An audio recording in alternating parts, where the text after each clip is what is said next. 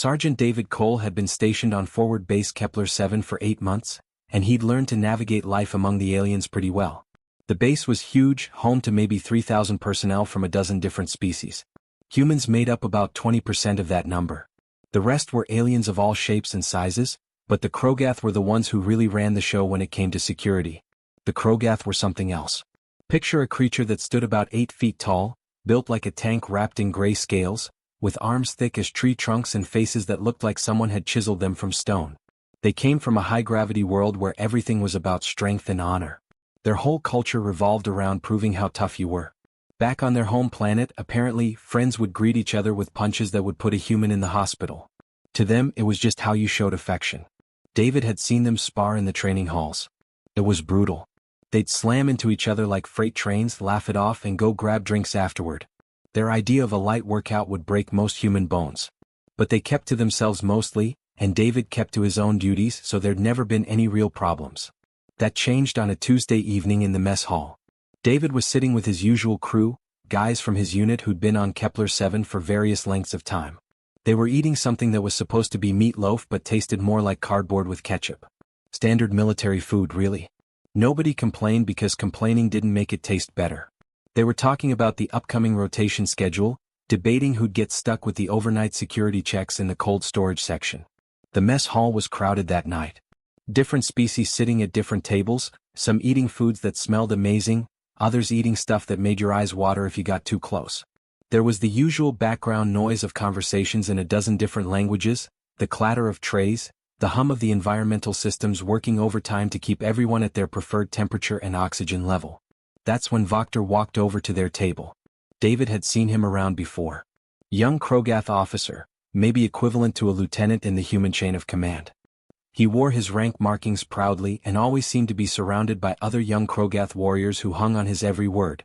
Vokter had a reputation for being bold, pushing boundaries, testing limits. The kind of guy who'd volunteer for the most dangerous assignments just to prove he could handle them. Tonight, though, Vokter looked like he'd been drinking. The Krogath had their own version of alcohol, some kind of fermented kelp extract that smelled like old gym socks but apparently got them buzzed.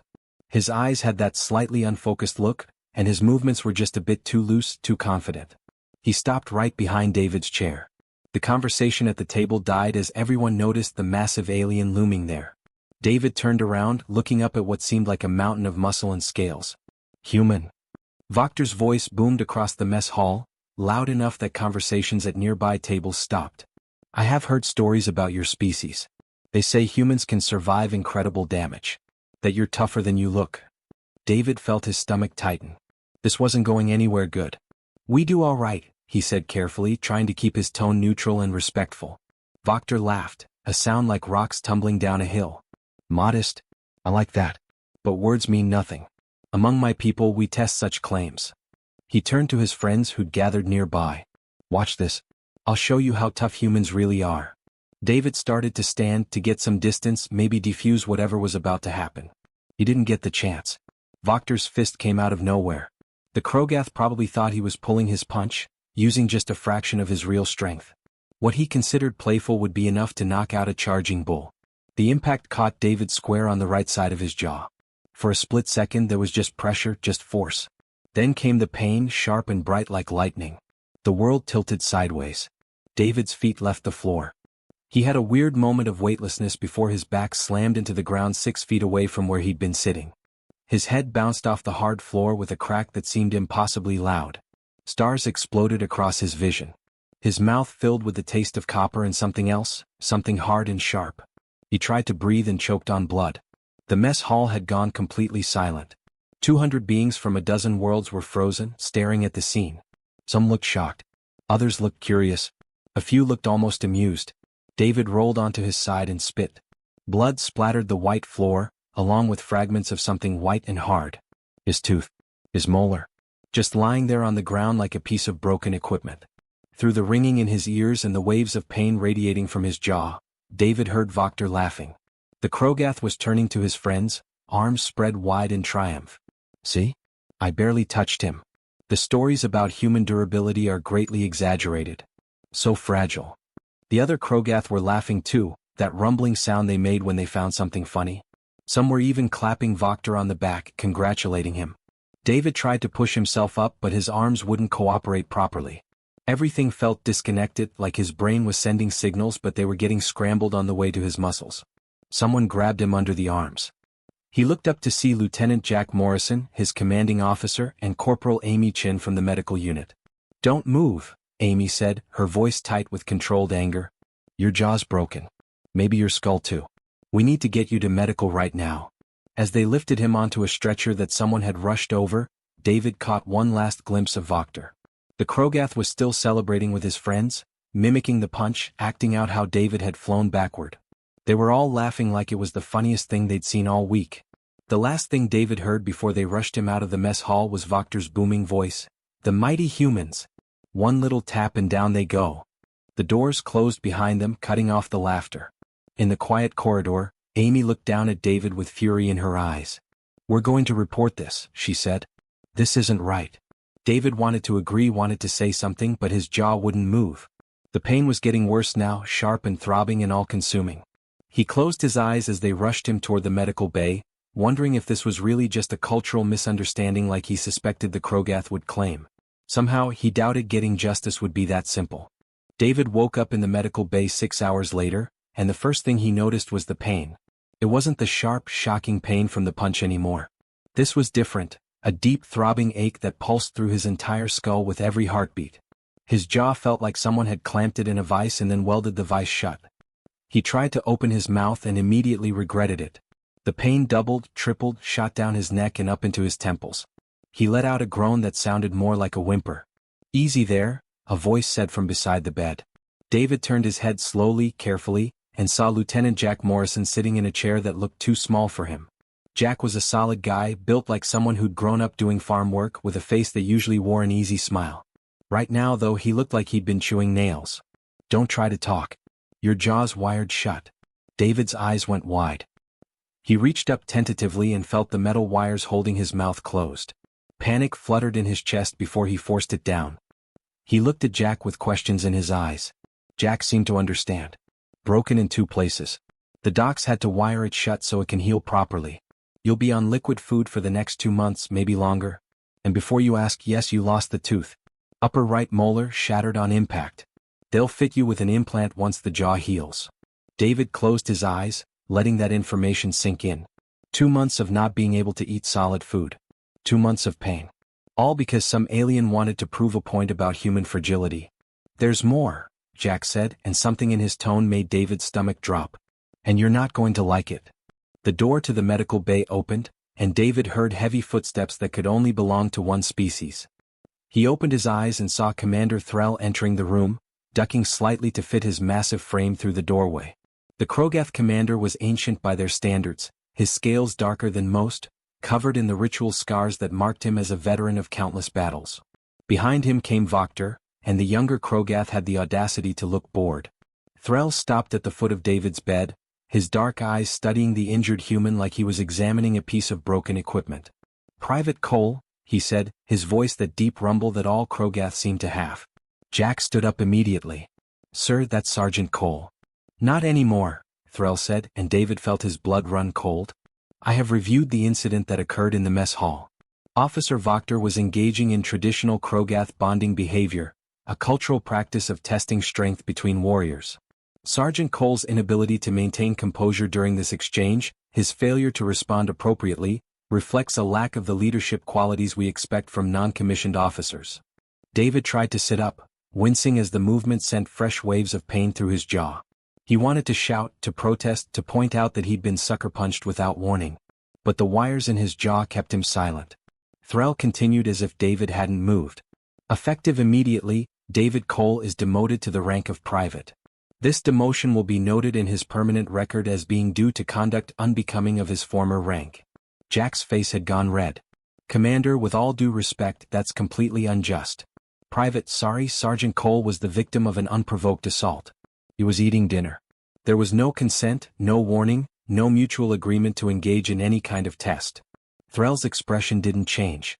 "Among the Krogath, such warnings are unnecessary. We do not coddle our warriors with advance notice." Officer Vokter acted within the parameters of his cultural norms. "But Cole isn't Krogath," Jack argued, his voice rising. You can't apply Krogath standards to a human and then punish him for not meeting them. The matter is closed, Lieutenant, Threll said, his tone making it clear the conversation was over. Officer Wachter acted appropriately within his cultural context. No disciplinary action will be taken against him. He turned and walked toward the door, Wachter following behind him. As they passed, Wachter glanced at David, and there was something in his eyes. Not quite cruelty but definitely satisfaction. A smirk played at the corners of his mouth. He leaned slightly toward Jack and said, just loud enough for them to hear, "Fragile things break easily. Perhaps humans should be more careful where they serve." Then they were gone, the door sliding shut behind them with a soft hiss. The silence that followed felt heavy, oppressive. Jack stood there, his fists clenched so tight his knuckles had gone white. "This is wrong," he said finally. "This is so completely wrong." David grabbed a datapad from the bedside table and typed slowly with one hand, "What can we do?" Jack read it and shook his head. "I already filed a formal complaint through the human chain of command. It went to the base administrator, who happens to be Krogath. Guess how that turned out? They called it a cultural misunderstanding and said we need to be more sensitive to Krogath traditions." He laughed, but there was no humor in it. "You get assaulted and lose a tooth and we're the ones who need to be more sensitive." David typed again, "Transfer request? Already submitted one on your behalf," Jack said. "Denied. They say you need to complete your full rotation here.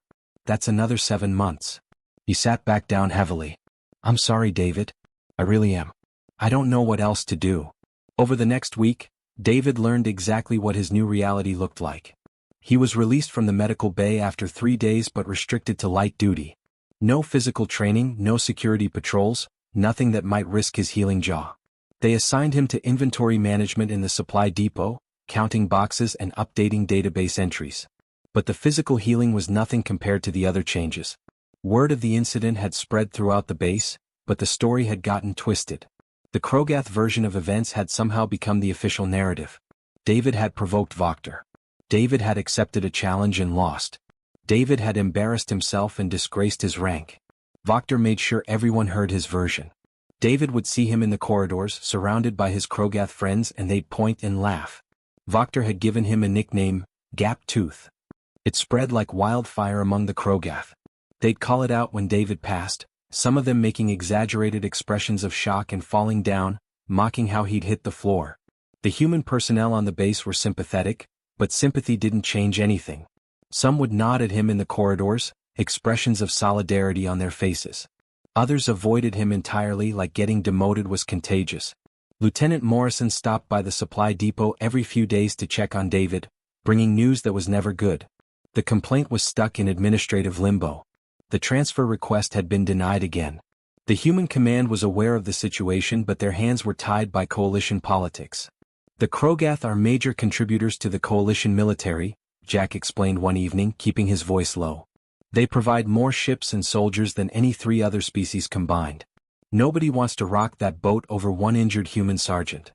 David had learned to eat through a straw by then, sucking down nutritional shakes that tasted like liquid cardboard. He pulled out his datapad and typed, "So that's it? They get away with it." Jack was quiet for a long moment. Then he said something that surprised David. "You know what the Krogath don't understand about humans? They think strength is all about muscles and how hard you can hit. They've built their entire culture around physical power." He leaned forward, his eyes intense. "But that's not our strength, is it? We didn't conquer Earth by being the strongest or the fastest. We did it by being smart. By being persistent. By building systems and following rules and never, ever giving up." David looked at him, not sure where this was going. Jack smiled, and it wasn't a nice smile. "They want to play by Krogath rules? Fine. But we're going to play by human rules too. And I think it's time we showed them exactly what that means." For the first time since the punch, David felt something other than pain and humiliation. He felt hope. David spent the first 2 weeks after the incident in a fog of pain and anger. His jaw ached constantly, making it hard to sleep. The liquid diet left him hungry all the time. And every day he had to endure Wachter's mocking, the whispers, the sideways glances from other personnel who'd heard the twisted version of what happened. But something changed during the 3rd week. David was in the supply depot, cataloging a shipment of thermal blankets, when he noticed something odd in the requisition forms. 3 separate requests for medical supplies from human personnel, all marked as approved but never delivered. The requests were dated over the past 6 months, and they'd all been signed off by Krogath supply officers. David pulled up the full records. The supplies had been logged as delivered, but the human medics never received them. Someone had either stolen them or diverted them to Krogath units. It was a small thing barely worth noticing, but it bothered him. He started looking deeper. Once you knew what to look for, the patterns were everywhere. Humans requesting equipment repairs that took weeks when Krogath repairs happened within days. Training schedules that put humans on the worst shifts. Promotion recommendations from human officers that mysteriously stalled in the approval process. That evening, David sat in his small quarters with his personal datapad and started writing. His jaw still hurt, but his hands worked fine. He documented everything he'd found, timestamping each entry, noting the regulation violations, the discriminatory patterns, the systematic problems that nobody seemed to be addressing. Lieutenant Morrison stopped by the next day with more bad news about the transfer request. He found David surrounded by datapads, screens filled with documents and spreadsheets. "What's all this?" Jack asked, picking up one of the pads. David had gotten better at typing one-handed. He pulled up a message: evidence. Documentation. Everything I can find that shows this isn't just about me. Jack read through some of the entries, his expression growing darker. "This is a lot of work. 2 months of liquid food," David typed. "Not much else to do with my time." Over the next few weeks, David's project grew. He reached out quietly to other humans on the base, asking careful questions. Had they experienced similar problems? Did they have incidents they'd reported that went nowhere? The responses shocked him. Corporal Steve Hansen from engineering told him about being shoved into a bulkhead by a Krogath during a training exercise that left him with 3 broken ribs. The incident report had been marked as an accident and filed away. Specialist Rachel Kim from communications described how her shift supervisor, a Krogath officer, regularly assigned her the overnight monitoring duties while Krogath personnel got the prime day shifts. She'd complained twice and been told she was being oversensitive. Private First Class Tony Martinez from logistics had a whole list of supply irregularities similar to what David had found. Medical equipment, spare parts, even basic comfort items like coffee and tea that human personnel requisitioned would mysteriously vanish or get delayed for months. David compiled it all. Every incident, every complaint, every piece of documentation he could get his hands on. He cross-referenced dates and times, built timelines, identified patterns. The Krogath commanders weren't just ignoring human concerns. They were systematically dismissing them, treating human personnel as less important, less worthy of respect and proper treatment. It was discrimination, plain and simple. But it was buried under layers of military bureaucracy and cultural excuses. "You're building a case," Jack said one evening, looking over David's shoulder at the growing database. "This is good work, but who are you going to present it to? Commander Threll? He's the one who demoted you." David pulled up his typing interface. "Not Threll. Coalition oversight. Interspecies conduct regulations. There are rules about this." Jack looked skeptical. "Those rules are more like guidelines. Nobody enforces them." "Then maybe it's time someone did." The beauty of it was that David had nothing but time. His duties and supply were mindless enough that he could do them on autopilot while his brain worked on the real problem. And every day Vokter's continued mockery just gave him more motivation. The Krogath officer had made Gap Tooth his favorite joke. He'd see David in the corridor and make a show of covering his mouth, pretending to protect his teeth. His friends would laugh, that rumbling sound that made David's jaw ache in remembered pain. Other Krogath had picked up the habit. It was humiliating, designed to make David feel small and powerless. But David had learned something important during his years in the military. Power wasn't just about physical strength. It was about information, preparation, and patience. The Krogath didn't understand that.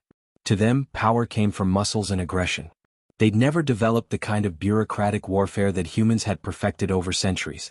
David started filing reports. Not angry rants or emotional complaints, but cold, factual incident reports citing specific regulation violations. He used the proper forms, followed the correct channels, made copies of everything. He requested formal review boards for each documented incident. He cited interspecies conduct codes that nobody had looked at in years. The Krogath commanders were confused by this approach. They'd send back responses asking why David was wasting time on paperwork about incidents that were already resolved. They'd dismiss his requests as frivolous. But David kept filing, kept documenting, kept building his paper trail. Rachel from communications helped him route copies of every report through back channels to human military command outside the base. Steve from engineering provided technical documentation about equipment failures and safety violations that had been ignored. Tony gave him complete supply records showing years of discriminatory resource allocation. The stack of evidence grew thicker every week. David organized it all meticulously, cross-referencing incidents, building a narrative that was impossible to ignore if anyone actually looked at it. Lieutenant Morrison watched this campaign with growing admiration. "You know what you're doing?" he asked one evening. "You're beating them at a game they don't even know they're playing." David smiled or tried to around the wires in his jaw. He typed, "Krogath thinks strength is all about fighting. But humans conquered Earth with agriculture, writing, and accounting. We're really good at boring, systematic work. They're going to be pissed when they figure out what you're doing. Let them be pissed. Everything I'm doing is by the book. Every report follows proper procedure. Every citation references actual regulations." David paused, then added, "That's the thing about bureaucracy. It's the most powerful weapon ever invented, and they don't even recognize it as a weapon." About 6 weeks after the incident, David's jaw was healing well enough that the doctors removed some of the wiring. He could open his mouth a little, could speak in careful, measured words that didn't require moving his jaw too much. The first thing he did was request a formal meeting with Commander Threll to discuss systematic discrimination concerns. The request was denied, of course. But David documented the denial, cited the regulations that required commanders to address personnel concerns, and filed an appeal. When that was denied, he filed another one, working his way up the chain of command. Jack laughed when he saw the 15th appeal form. "You're just annoying them now." "Good," David said carefully, his words slightly slurred. "Annoyed people make mistakes. And every denial they send back is more documentation that they're ignoring legitimate concerns." Voctor still mocked him in the corridors, still called him Gap-Tooth, still acted like the whole thing was the funniest joke in the galaxy. But David noticed something changing. Some of the other Krogath had stopped laughing. They'd see David with his datapads and forms, always filing something, always documenting, and they'd look confused or slightly worried. They didn't understand what he was doing, but they were starting to realize it was something. The younger Krogath like Voctor still thought it was a joke. The older ones, the ones who dealt with humans in other contexts, were less certain. Commander Threll called David in one day, clearly irritated. "Private Cole, your constant filing of repetitive complaints is creating unnecessary administrative burden. I'm ordering you to cease this behavior." David stood at attention, speaking carefully. "Sir, respectfully, I'm exercising my rights under Coalition Regulation 773, subsection B, which guarantees all personnel the right to report concerns without fear of retaliation." Threll's eyes narrowed. "There is no retaliation. Then there's no reason for me to stop filing legitimate reports, sir." The commander dismissed him with a gesture that was pure frustration. David saluted and left, already planning his next 3 reports. That night, Jack brought him news. "Command finally responded to one of your reports. They're sending it to the Coalition Oversight Committee." David felt his heart race. "Which one?" "The comprehensive one. The big document with all 43 incidents compiled. Someone in Human Command actually read it and kicked it upstairs." Jack grinned. "I think you just started something that Threll can't stop." 3 months after Voctor's punch, a Coalition transport ship arrived at Forward Base Kepler 7 without any advance notice. David was in the supply depot when the announcement came over the intercom that all personnel were to continue normal duties and cooperate fully with the visiting inspection team. Lieutenant Morrison burst through the door 10 minutes later, slightly out of breath and grinning like he'd just won the lottery. "David, they're here. And it's not just any inspection team. It's the Coalition Oversight Committee with a full legal delegation." David looked up from the inventory screen he'd been updating. "How many?" 12 people. 8 humans, 2 Zentari and 2 Melvans. The human contingent includes 3 JAG officers and 2 diplomatic specialists who handle interspecies incident reviews. Jack was practically bouncing on his feet. "Your reports made it all the way to the top. They're taking this seriously." Within an hour, Commander Threll had been summoned to the main conference room. David heard later from Rachel in communications, who monitored all the official channels, that the commander had been absolutely blindsided. He'd expected maybe a cursory review at most, some junior officer looking over a few forms and rubber-stamping everything as acceptable. Instead, he got a full investigative team with authority that superseded his own command. The leader of the investigation was Captain Jennifer Brooks, a human JAG officer with 20 years of experience in interspecies legal matters. David met her the next day when she requested interviews with all personnel who'd filed complaints. She was a small woman, maybe 5'4", with gray hair pulled back in a tight bun and eyes that seemed to see right through any nonsense. When she shook David's hand, her grip was firm and professional. "Private Cole," she said, gesturing for him to sit across from her in the conference room. "Or should I say Sergeant Cole?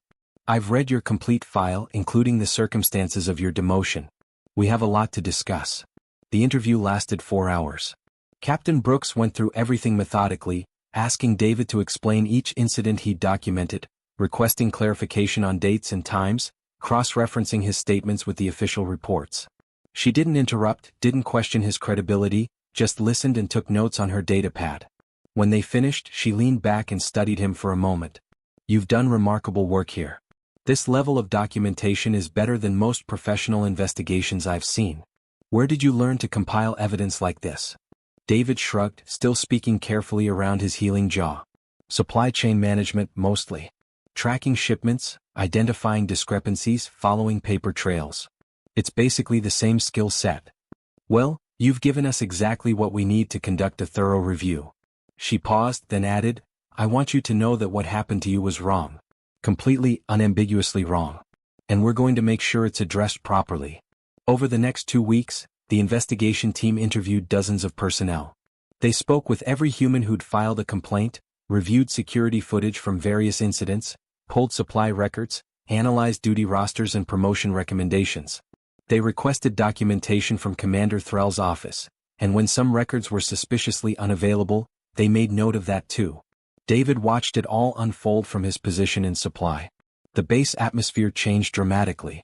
The Krogath personnel, especially the officers, moved through the corridors with much less swagger. They'd realized that something significant was happening, something beyond their usual authority structure. Vokter still tried to maintain his bravado. David saw him in the mess hall one evening, surrounded by his usual group of young Krogath warriors. But the mocking had stopped. When Vokter noticed the investigation team watching from across the room, his voice dropped to a murmur instead of his usual boom. The younger Krogath didn't understand the danger they were in. To them, this was all just human bureaucracy, meaningless paperwork that wouldn't change anything.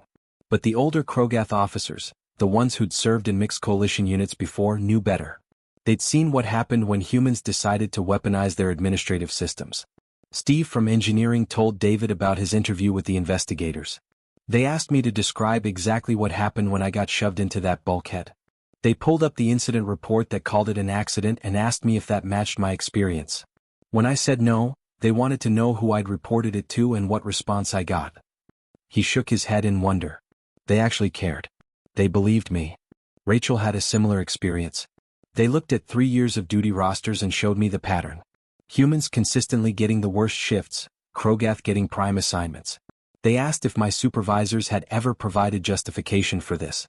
Of course they hadn't. It was just how things were done. She smiled. One of the investigators said this was a textbook case of systematic discrimination.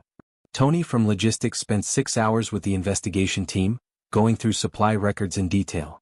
They found discrepancies I hadn't even noticed. Equipment meant for human quarters getting diverted, medical supplies for human-compatible treatments mysteriously out of stock while Krogath supplies were always abundant. It's been going on for years. On the 8th day of the investigation, Vokter was called in for questioning. David happened to be in the corridor when the young Krogath emerged from the conference room 2 hours later. The swagger was completely gone. Vokter looked shaken, his scales paler than usual, his movements uncertain. He spotted David and froze. For a moment, neither of them moved. Then Vokter turned and walked quickly in the other direction, his head down. Lieutenant Morrison caught up with David later. You should have seen Threll's face when they showed him the compiled evidence. 400 pages of documented incidents, regulation violations, discriminatory practices, all cross-referenced and verified. He tried to argue that it was just cultural differences, that the Krogath way of doing things shouldn't be judged by human standards. How did they respond? David asked. Captain Brooks looked him dead in the eye and said, "Commander, when you accepted command of a coalition base with multiple species under your authority, you accepted responsibility for treating all personnel fairly according to coalition standards, not Krogath standards. Your failure to do so constitutes a serious breach of your duties." Jack grinned. I thought Threll was going to have a stroke. The investigation expanded beyond just the incidents David had documented. The team discovered that similar problems existed with other non-Krogath species on the base, though humans had borne the brunt of it. A Zentari engineer had been passed over for promotion 3 times despite exemplary service records. 2 Melvan scientists had requested transfers after their safety concerns about laboratory procedures were dismissed.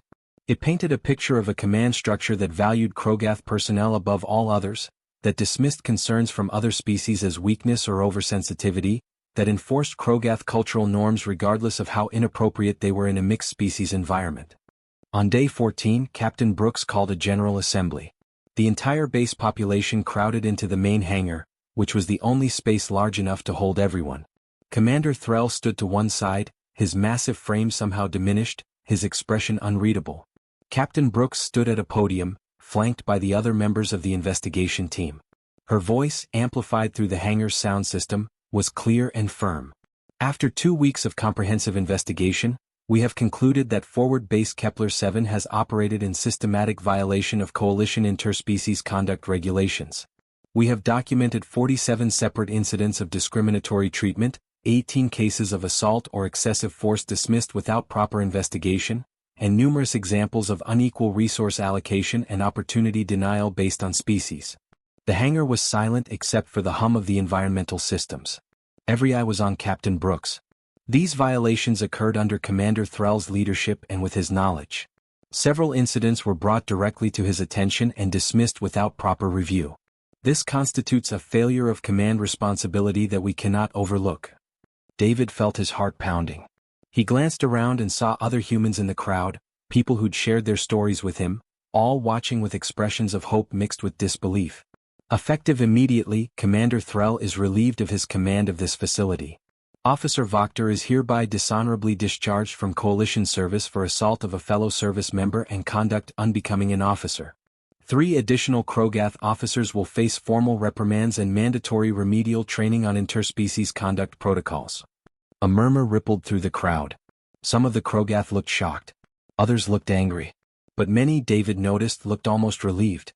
Not all Krogath had supported the toxic culture that had developed on this base. Captain Brooks wasn't finished. Furthermore, Private David Cole is reinstated to his former rank of sergeant with full back pay and benefits. He is also awarded the Coalition Service Commendation for exemplary conduct in documenting and reporting violations through proper channels despite facing retaliation and mockery. David felt Jack's hand clap him on the shoulder. Around them, the humans in the crowd were smiling, some with tears in their eyes. The days following Captain Brooks's announcement felt surreal to David. He'd spent 3 months living with the humiliation of his demotion, the constant pain in his jaw, and Wachter's relentless mockery. Now, suddenly, everything had flipped. The investigation team had validated everything he'd documented. The people who'd wronged him were facing real consequences. But the changes went far deeper than just personal vindication. The entire base seemed to shift on its axis in the weeks that followed. Commander Threll departed on a transport within 48 hours of his relief from command. David happened to be near the docking bay when the former commander boarded. Threll walked with his head high, maintaining his dignity, but there was something defeated in the set of his shoulders. His career was effectively over. In Krogath culture, being relieved of command was a profound dishonor, something that would follow him for the rest of his life. As Threll's ship pulled away from the station, Lieutenant Morrison stood beside David watching through the observation window. "Think he learned anything?" Jack asked. David touched his jaw, which still ached sometimes when the weather changed or when he was tired. "Maybe. Or maybe he still thinks we're just fragile humans who can't handle the Krogath way of doing things." He paused. "Either way, it doesn't matter. He's not in charge anymore." The new base commander arrived 3 days later. Commander Patricia Walsh was human, a career officer with experience running mixed-species facilities. Her first official act was calling a staff meeting where she laid out new protocols in clear, unambiguous terms. "This base will operate according to Coalition standards, not the cultural standards of any single species," she announced to the assembled officers. "Physical contact between personnel of different species requires clear consent from all parties. Training exercises will be supervised and scaled appropriately for each species' physical capabilities. Complaints will be investigated thoroughly and promptly, regardless of who files them or who they're filed against." Some of the Krogath officers shifted uncomfortably. One of them, an older warrior named Kelf, raised his hand. "Commander, the Krogath way has always been direct. We test each other's strength. It is how we build respect. Commander Walsh nodded. And you're welcome to continue that tradition with other Krogath who consent to participate. But you will not impose those traditions on species who haven't agreed to them. Respect isn't built through surprise attacks in mess halls. It's built through competence, reliability, and treating your fellow service members with dignity. The changes rolled out quickly after that. A new oversight committee was established with representatives from each species on the base. Mandatory training sessions on interspecies conduct were scheduled for all personnel. The duty roster system was completely overhauled to ensure fair distribution of shifts. David's role in all of this became something of a legend among the human personnel. People he'd never met would stop him in corridors to shake his hand or thank him. Steve from engineering bought him a drink at the rec center. Rachel gave him a hug that made his ribs creak. Tony just grinned and said, "You mad genius. You actually did it." But not everyone was celebrating. Voctor's discharge had sent shockwaves through the younger Krogath officers. They'd thought their way of doing things was invincible, that their physical superiority meant they could do as they pleased. The harsh reality that actions had consequences had hit them hard. David was restocking supplies in the depot about a month after the investigation concluded when he heard someone clear their throat behind him. He turned to find Voctor standing in the doorway. The former officer looked diminished without his uniform. He wore civilian clothes that seemed to hang wrong on his massive frame. His scales had lost some of their luster, and his eyes, which had once blazed with arrogance, now held something else. Shame maybe. Or possibly the first stirrings of understanding. "Sergeant Cole," Voctor said, his voice lacking its usual boom. "May I speak with you?" David set down the supply crate he'd been carrying and crossed his arms. "You've got 5 minutes." Voctor stepped inside, and David noticed the Krogath was careful to keep several feet of distance between them. Good. He was learning. "I came to offer formal apology. In my culture, this requires specific ritual, but I understand humans have different customs." "An apology would be a start," David said, his voice neutral. The Krogath bowed his head, exposing his neck in the gesture of submission that his people used for serious matters. "I was wrong. What I did to you in the mess hall was not a test of strength between equals. It was an attack on someone who had no warning, no ability to defend himself, no consent to participate." He paused, struggling with the words. "I treated you as less than a person. As something I could hurt for my own amusement." David studied him, looking for signs of insincerity. But Voctor's shame seemed genuine. "Why?" he asked. "Why did you do it?" "Because I thought I could," Voctor admitted. "Because I had heard that humans were weak and I wanted to prove it to my friends. Because I never thought about what it meant to you, to be struck down in front of everyone, to lose your rank, to be mocked." He met David's eyes. "I did not see you as real. I saw you as a test, a joke, a way to make myself look strong. And now I understand something I should have learned long ago. Strength is not just physical power. You are stronger than I am, Sergeant Cole. Not because you can hit harder or take more damage, but because you stood up for what was right even when it cost you. You fought back using tools I did not even recognize as weapons. Documentation, rules, patience. These things defeated me more completely than any punch ever could." David was quiet for a moment. Part of him wanted to stay angry, to send Voctor away without forgiveness. The Krogath had cost him months of pain, humiliation, and struggle. But he also recognized genuine remorse when he saw it. "I accept your apology," David said finally. "But you need to understand something. This isn't just about me and you. This is about every person who's been hurt because someone bigger and stronger thought they could get away with it. You're going to carry this dishonor for the rest of your life. Make sure you learn from it." Voctor nodded slowly. "I will. And I will tell my story to other young Krogath, so they do not make the same mistake." He straightened, preparing to leave, then paused. "Your species has a saying, I think, about standing up when you are knocked down?" "We have lots of sayings like that," David replied. "You taught me that true strength is in the standing, not in the striking." Voctor performed the formal Krogath gesture of respect, fist over heart. "I will not forget." After he left, David stood alone in the supply depot for a while, processing the conversation. Jack found him there 20 minutes later. "Heard you had a visitor," the lieutenant said. "Yeah." He apologized. "You believe him?" David thought about it. "I think he's starting to understand what he did wrong. Whether that changes him permanently, who knows? But at least he's trying." The weeks turned into months.